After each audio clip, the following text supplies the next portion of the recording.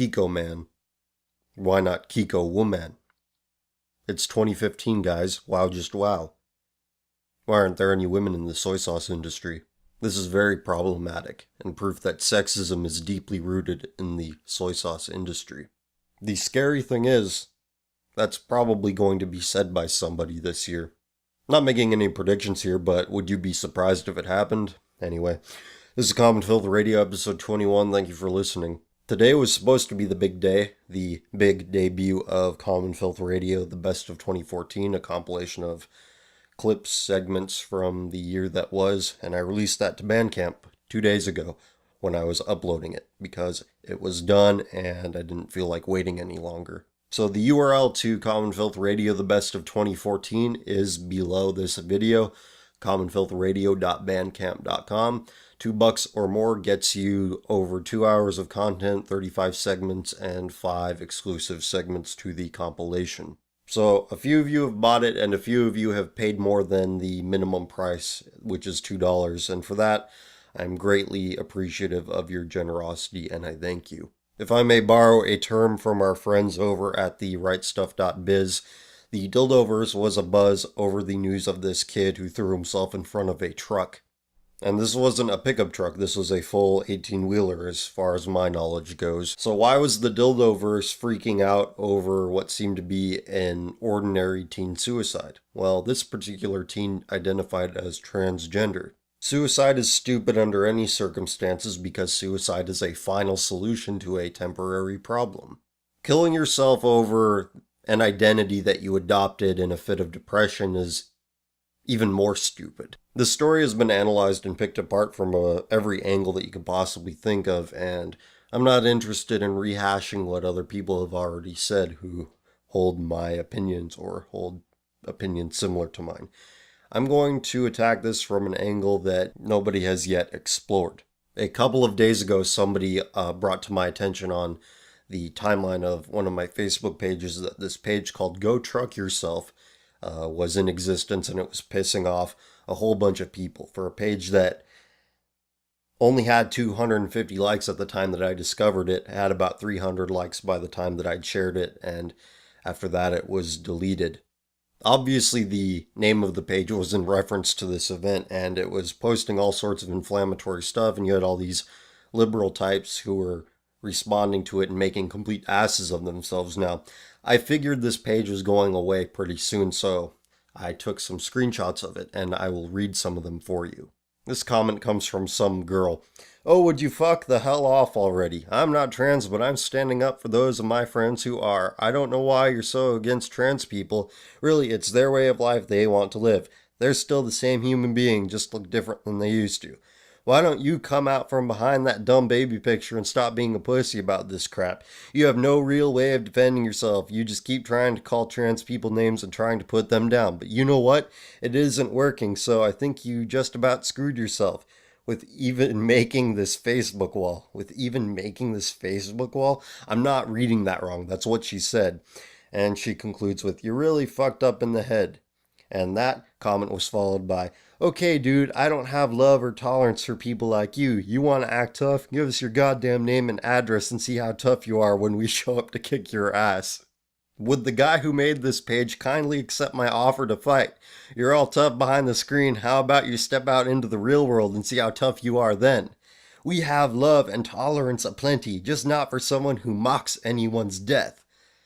Okay, we're the freaks. You guys hear this? Seriously? At least we aren't the ones hiding behind a computer screen and making fun of a recently deceased transgender. Like, you're seriously fucked up in the head if you think we're the freaks. Can I say something if I may? You assholes that created this page are trash. I'm trans and I stand up for my community. I hate what you have created with all this hate towards trans people. And also towards Leela Alcorn. She was an amazing woman. It's sad that you felt the need to make such a page. You can have freedom of speech, but this is just hate. I feel sorry for you. Grow a fucking heart, idiot. Were you in her fucking shoes? No, I don't fucking think so. Burn in fucking hell. She's dead now. What else do you fucking want? Shaking my head. Let her rest in peace now, so hop off and get a life, you fucking stupid ass idiot. And it's... This is my favorite here. I hope all your descendants' blood sparkles with glitter. Have a gay day, asshole. I'm trying to understand why they're using gay and trans as a means to insult when apparently there's nothing wrong with it.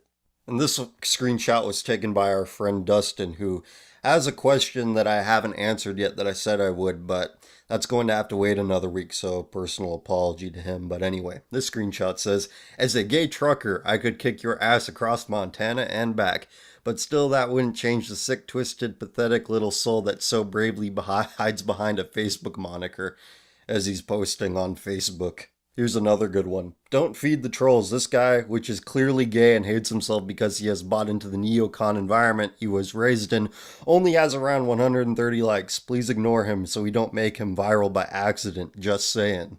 Again, using homosexual activity as a means to insult when coming from these people, it's apparently okay to be gay and trans and whatever. Seems to me they're feeling guilty over their own disgust responses.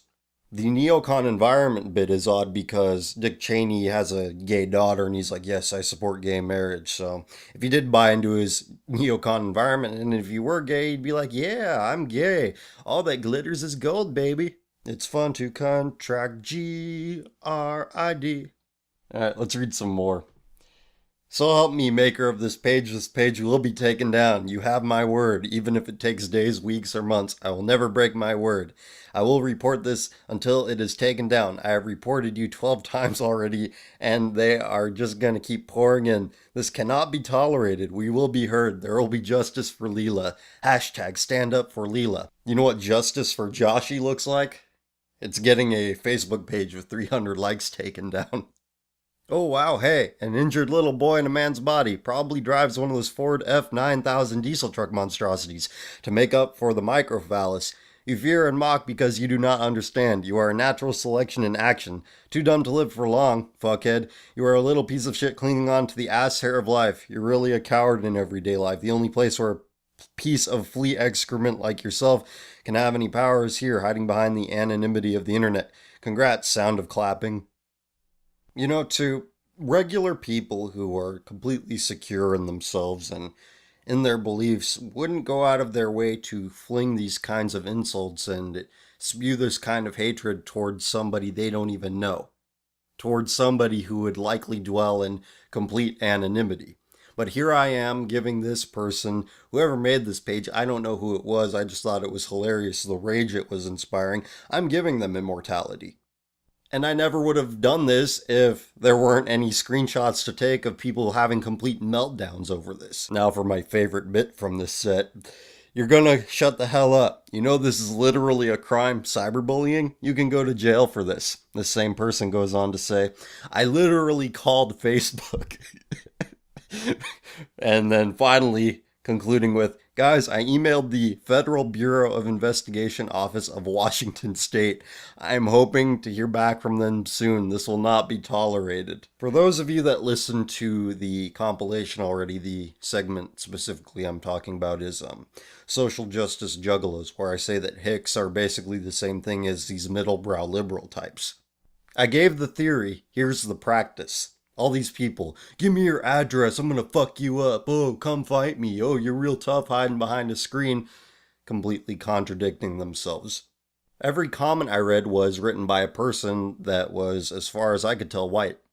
So, what more proof do you need that this whole show of, oh, look, I love all these oppressed groups is just, it's a show of status signaling and who can be the best good guy. The worst part about all of this is that these people think that they're smarter than you. You, the decent person who actually thinks shit through and realizes, hey, what if everybody acted like this? What if everybody thought that they were a girl when they were a guy and threw themselves in front of trucks because nobody would recognize this?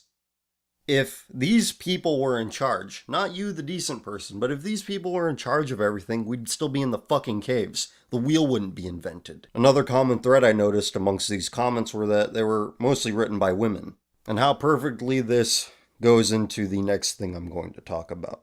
I was browsing 8chan, poll to be specific, and I found this thread. This is on New Year's Day. Help a Swede. Hi, Paul, I am from Sweden and I need advice. I have an opportunity to live in Finland. Helsinki, but I'm not sure if I should go. The reason I'm hesitant to go is I feel my country needs me. I am a staunch supporter of the Sweden Democrats. My parents think I'm racist because of that. My girlfriend left me because she didn't want to date a fascist. But despite that, I love my country, its history, and culture. What should I do? Abandon ship or try saving it? He didn't send this question to me. It was a good thread that he made. Lots of good responses. My advice would be jump ship. Your parents have already betrayed you. Your former girlfriend betrayed you. Your country hates you. So you're an alien anywhere you go. At least in Finland, you might not experience the same level of alienation. Ironically, I mean, yeah, there might be some cultural differences, but you'll settle in. You can only be loyal to that which has any interest in being loyal to you. And obviously, your current situation is completely disloyal. They're more loyal to some West African pirates than they are to you. You may love your country, but any country that does that, it's not worth loving. But the reason I bring this post up is because this post highlights something that is very underexplored in the discussion of white demographic decline, and that is the quality of white women. A follower of mine on my pages, she's like, why are you throwing away your natural Aryan beauty? You are blessed to be born white, and you're doing all this stuff to yourself with regard to dyeing pit hair. And even if they don't dye their pit hair, talking to a white woman about anything is like reading Gramsci or Horkheimer or Adorno, any of the Frankfurt School guys. To give another mention to the rightstuff.biz, they were talking on their podcast about how whites breed. Brown people generally have a lot of children. White people, they don't have a lot of children. And this is why European civilization has been so successful. This mindset that resources are not in abundant supply and children are a drain on that, therefore we shouldn't have so many children. While this was a strength in the past, it's now a weakness. Because those who do breed a lot, their life expectancies aren't that long. But with globalization, with longer lifespans, with free immigration, whites being a global minority is now a weakness that wasn't amplified before, but now it is. And with the advent of mass media, you're seeing people's psyches affected like never before. Women, being the physically weaker sex, are inherently conformist. They conform to survive. This is neither bad nor good. This is not a condemnation of the female psyche. This is why women are a good canary in the coal mine when measuring the health of a civilization. So if we're to judge Western civilization's current status by this standard, it's nowhere that I want to be. Women that think they're men, women that grow out their armpit hair and then dye it strange colors, making it look like mold. Women who contact the FBI because of a Facebook page. I used to say that, another world war might unfuck this, but look at what the First World War did. Look at what the Second World War did. Both of these world wars led to where we are now. I don't have time to explain it, but the evidence is there. I'm just as lost as you guys. I'm just as clueless as to what to do. Trying to scrape together the good parts of a dying civilization is no easy task. I don't take comfort in much with regards to this situation, but it's kind of cool to say that we were there at the end. We get to say that my generation freaked out about boys that thought they were girls. These children killing themselves, throwing themselves in front of a truck, a big old truck, just because their parents didn't agree with their decisions that they made when they were a child. The boomers were fuckheads, products of the decadence that the quote-unquote greatest generation gave them, and the boomers had the Gen Xers, who were just completely shell-shocked, which is why they don't care about anything, and who can blame them? And we, the products of Gen X, look what we care about. We turn teen angst into politics, turning a temper tantrum into a movement. That's our legacy. As you reflect on that, I would like to bring up this review from Soiled Cinema of a short film called Herman from Germany. It's about an old punk guy. He has a family now, but he still fancies himself as a left-wing revolutionary. and he gets kidnapped on the way to meet some of his friends by some radical feminists who take him into this room and brutally rape him. And they're doing this because he's some kind of predator rapist type and they're taking revenge out on him. That's what I gather from the review. And from the screenshots, I'm not watching this movie because I don't want to see this shit. What the fuck is wrong with Germany? What the fuck is wrong with Germany that its people are making shit like this? But this isn't going to be about this movie in particular. It's just about this good insight that this review provided, which I'll read for you now. Of course, like with most of the rest of Europe, rapes, like most other violent crimes, are overwhelmingly committed by foreigners. But I will give Herman credit in that it exposes the fact that many beta males join punk scenes. Rather unfortunately, I know this from experience, as well as left-wing and feminist groups, as a pathetic means to procure pussy, with the eponymous protagonist of the short probably taking advantage of naive teenage girls after getting them good and drunk at shitty punk shows.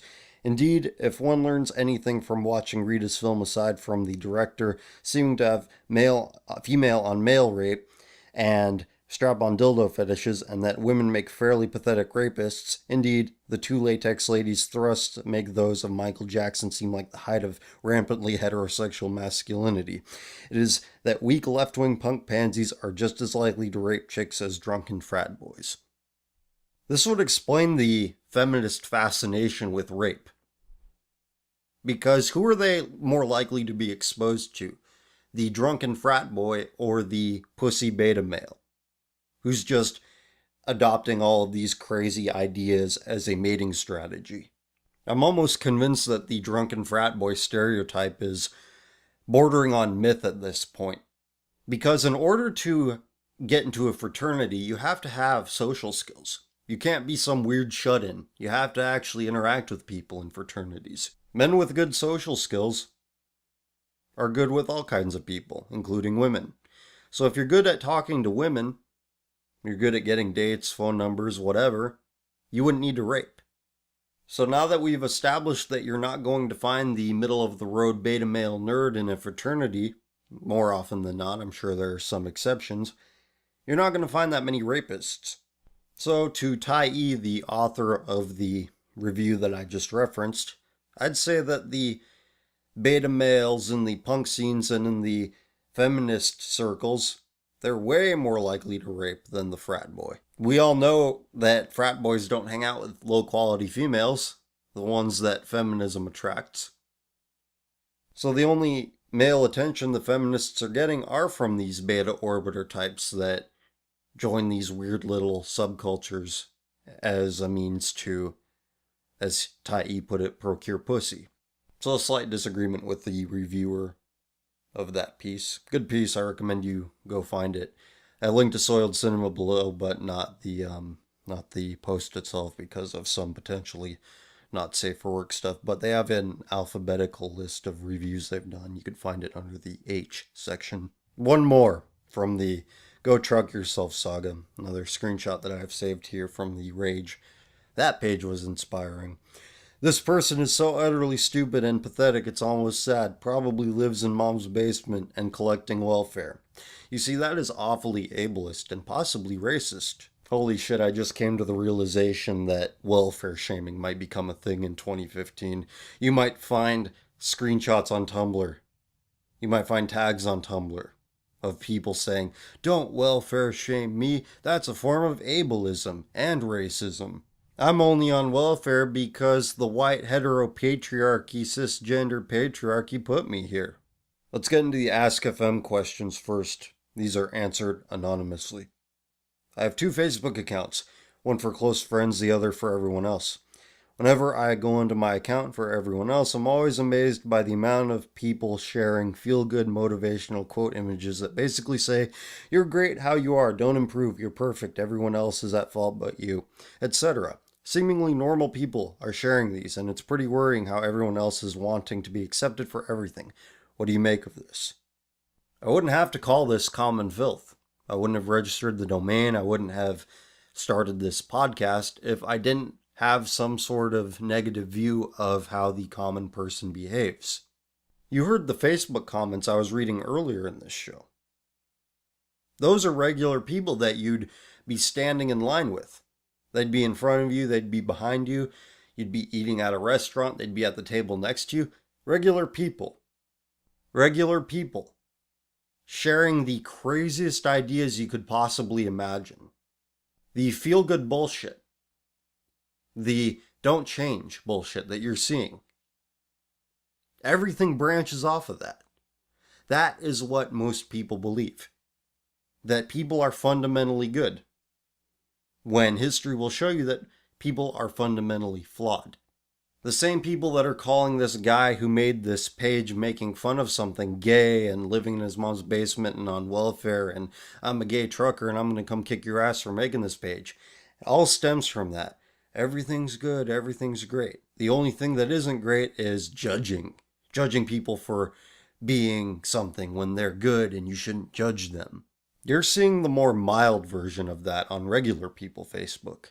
As for what I make of it, I'm not shocked by it.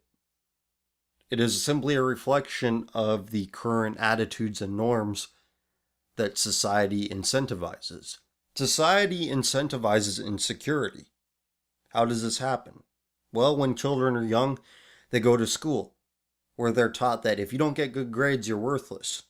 If you don't get a good grade on your poetry assignment, you're worthless. If you don't learn how to memorize a date, you're worthless. So once these kids get it drilled into their heads that the meaningless is meaningful, that all of this shit that will not serve them in any part of their life, all of this shit that will not set them up for success, that's what matters. These kids are taught that without teachers and without what they call education, they can't go anywhere in life.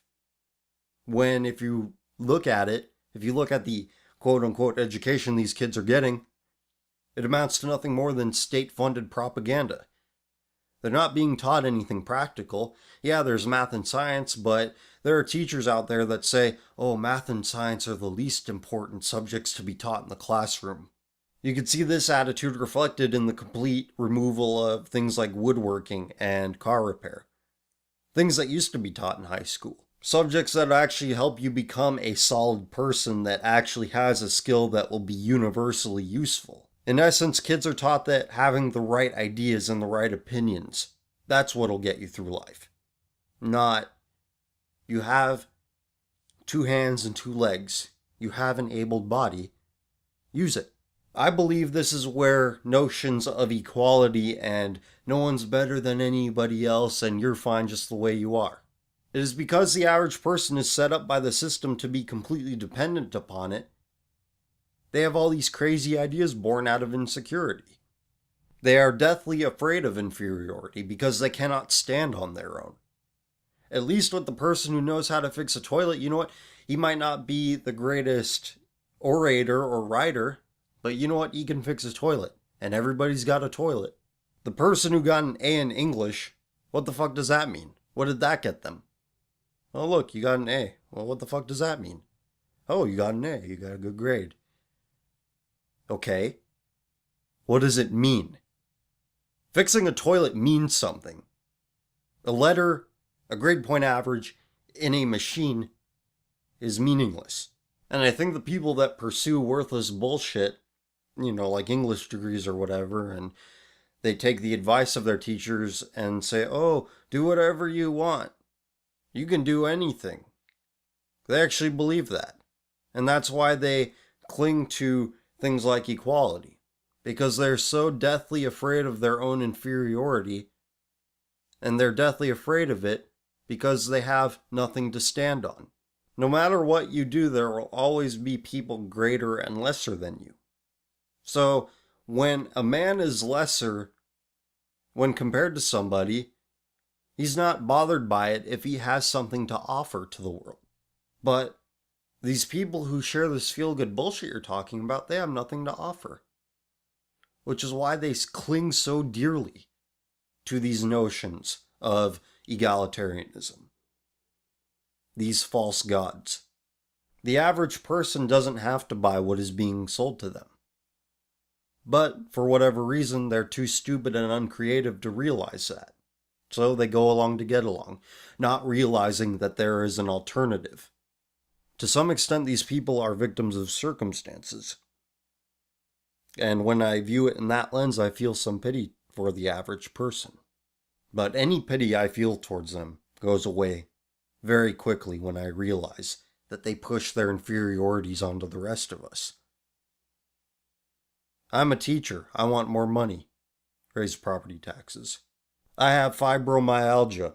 I need medical marijuana. I have anxiety. I need medical marijuana. I hate the Salvation Army because the Salvation Army is Christian and bigoted. These are the things the average person believes. These are the things that the average person believes out of feelings of inferiority. If we had another system of government to keep these sorts of people in check, it wouldn't be that big of a deal. But their vote counts just as much as yours. But now I'm getting into stuff that I covered in previous episodes, so thank you for the question. Next question. Hey, Colin, Filth, hope you had a good Christmas. Do you think it is better to be red-pilled knowing how shit and unfixable the world is, or blue-pilled stupid, head in the sand and happy? I'm not a big fan of the red pill, blue pill terminology, but I do know what you're talking about, and the reason why I'm not a big fan of it is because the terminology kind of breaks down after a certain point, and because the deranged Wachowskis made that shitty fucking movie Cloud Atlas, which is basically SJW the movie. Browse Tumblr for 3 hours. It's a much more enjoyable experience. But living in ignorance does seem to be a pretty good way to go from the surface. You know, you see these people, they have pretty normal lives, but are completely unaware of the implications of the shit they generally believe. They're unaware that they are slaves to the international banking cartel and they are tools for cultural Marxism. These are the people that share articles from everyday feminism and say, wow, just wow, society is so fucked. I hate America. I hate this country. Why do we slut shame? Why do we gay shame? Why aren't trans people accepted? You know, all of this stuff. And they're like, this is why America's a bad place.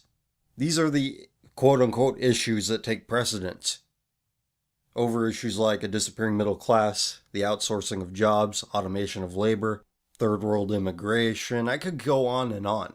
These are things far more worrying than teenagers killing themselves. So accepting the red pill, blue pill terminology, I think that blue pill people on the whole are more miserable because society is a leper. And a leper is much happier knowing what's really making him disfigured. Next question. If you could send a message to your 10-year-old self, what would it say?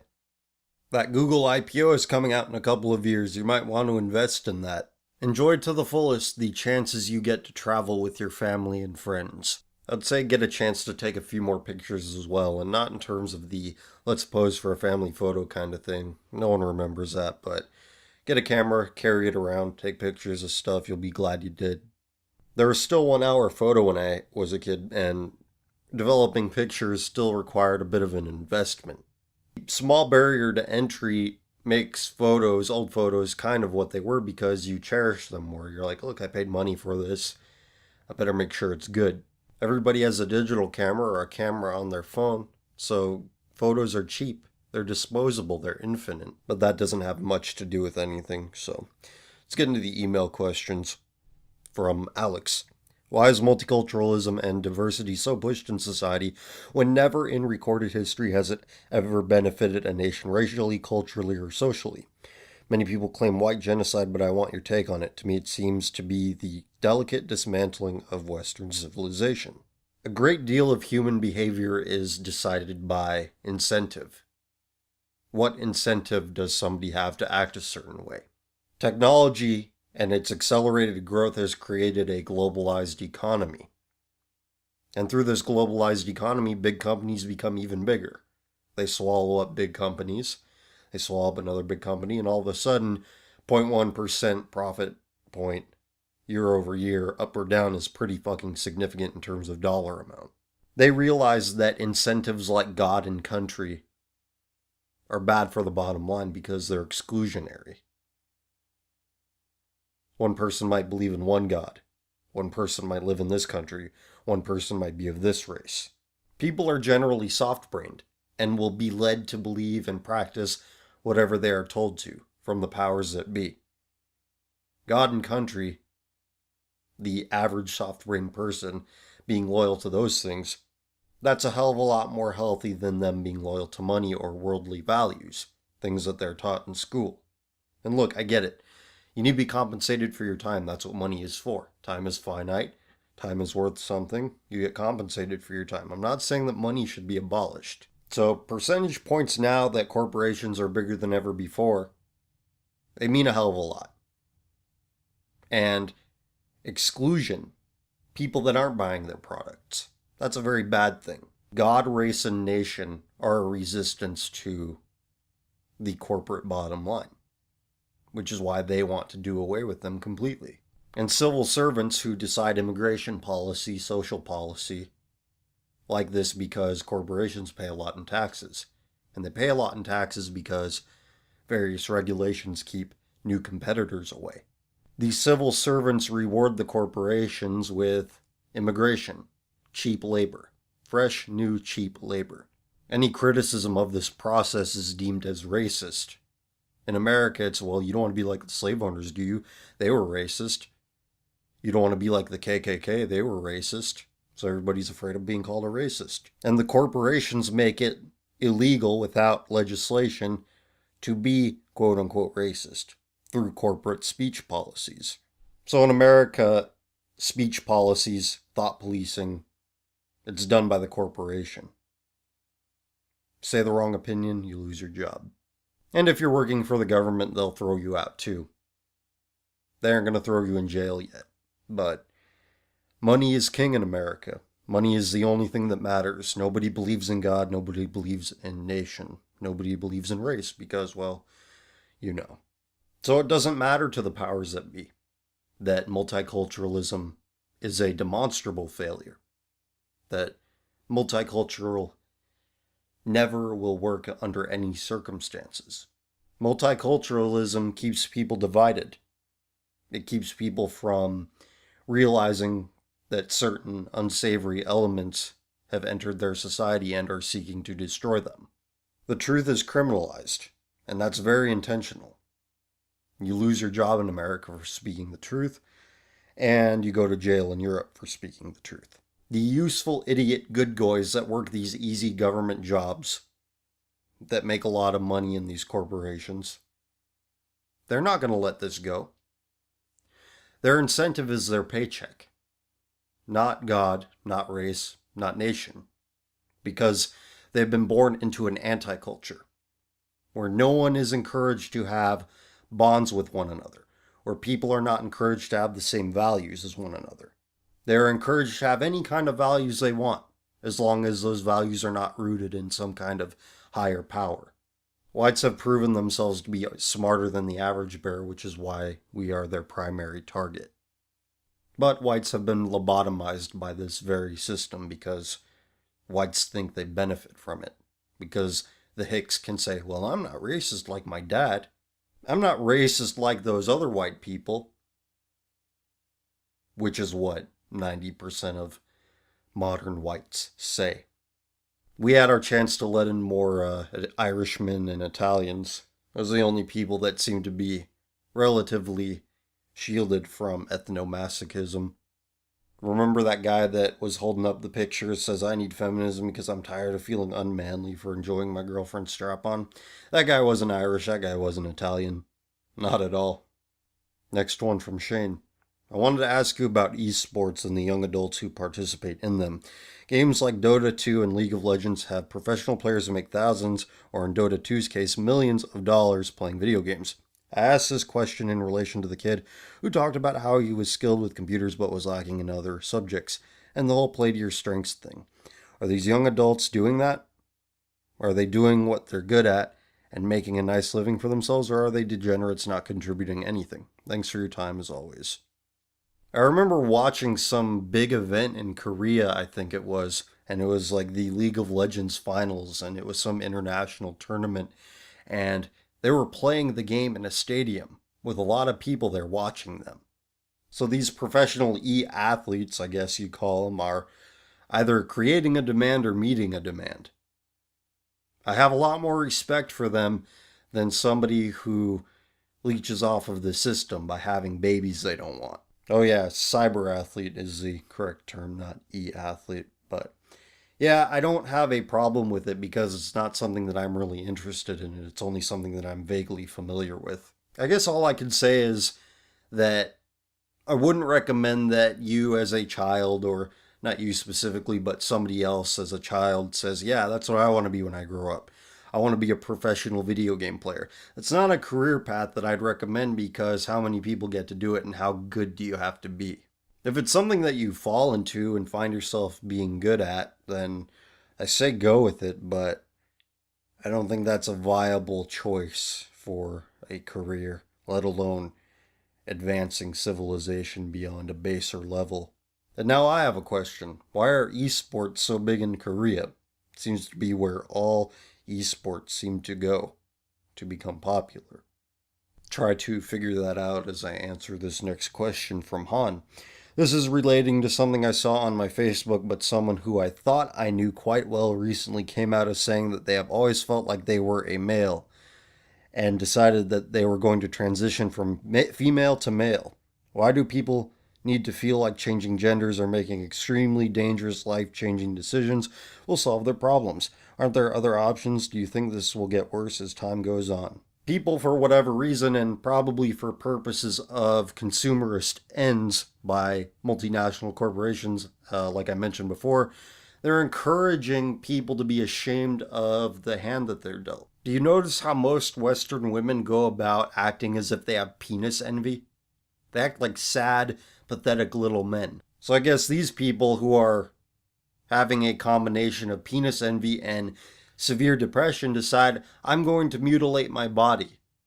I think depression and the lack of things to do are a major cause, and probably more of a cause than the external pressures that lead these people to make these decisions. A sane, normal person with a good root, a good foundation, a good set of friends, a supportive family, they go through a rough patch with the support of their loved ones. They make it out okay.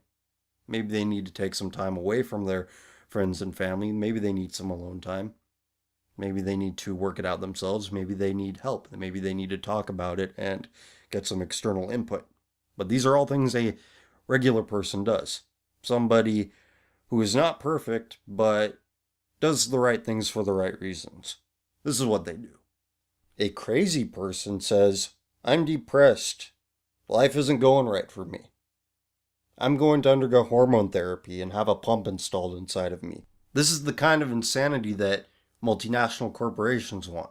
This is the kind of insanity that governments want. This is the kind of insanity that doctors want. From the perspective of the doctor is what puzzles me the most. What kind of mentally ill, sick person would agree to do a sex change surgery on somebody? What doctor would approve hormone therapy for somebody?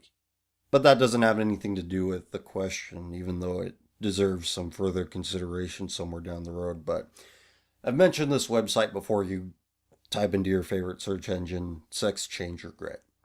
And you'll find that so many people regret doing what your friend wants to do. These people, these rare individuals who are capable of self-honesty, realized that, wait a minute, this isn't what I thought it would be. Rearranging parts doesn't make me what I want to be. How could I be something that I think I am, even though I have no idea what that other side is? How can a woman know what it is to be a man? Just in and of themselves, oh, I feel I was born in the wrong body. It's impossible to know. Because when you're young, you don't know anything. You haven't had a deep, meaningful relationship with somebody. Somebody of the opposite sex. Somebody that makes you know, look, they're very different from you, but they're complementary to you.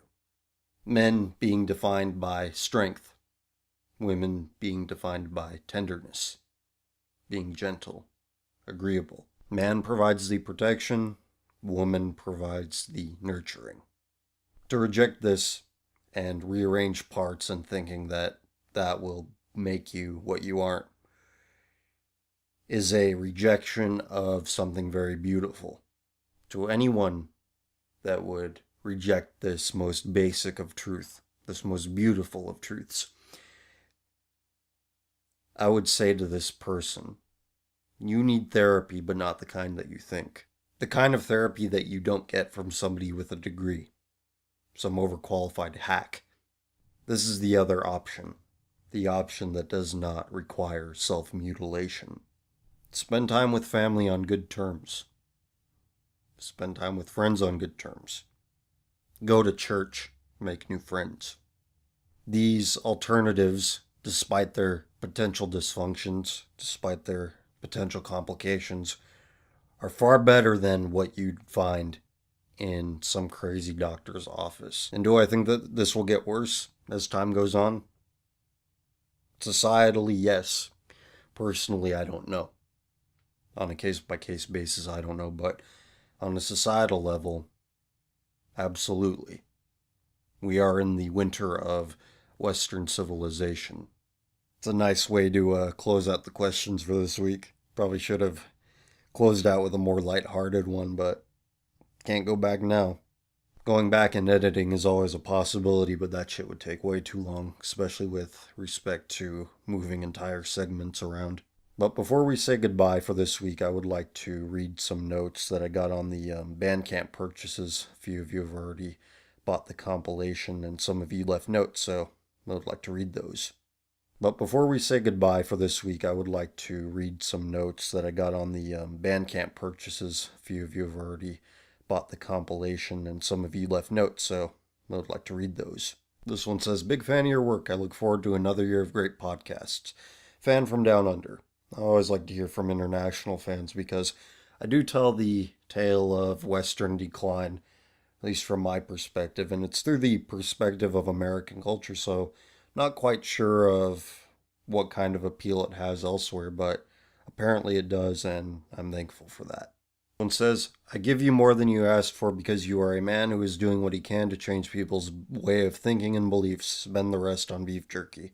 Well, thank you, and I did get beef jerky for Christmas. I did get some, and it was very good. And this one says, "Thanks for what you do. I wish I could offer more right now.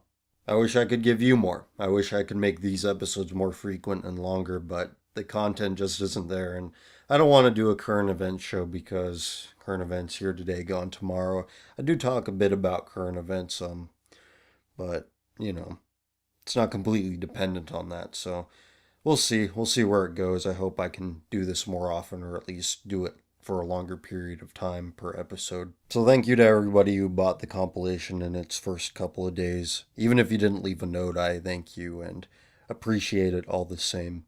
And I just remembered that there is a question that was left on one of the videos in the comment section, so I'll read that and answer that. This comes from, "I hate Google so much.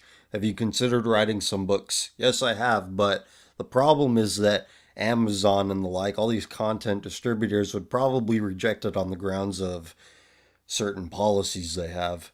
Maybe it's not that bad, I don't know, but writing a book, writing books, it's something that I have considered, but I have more life experiences to gain in order for the book to be the best book it could possibly be. So with that being said, I am out of stuff to talk about for this week. As always, you can contact me, Common Filth, at commonfilth.com, and you can now support the show by buying Common Filth Radio, the best of 2014, on Bandcamp, in the link below.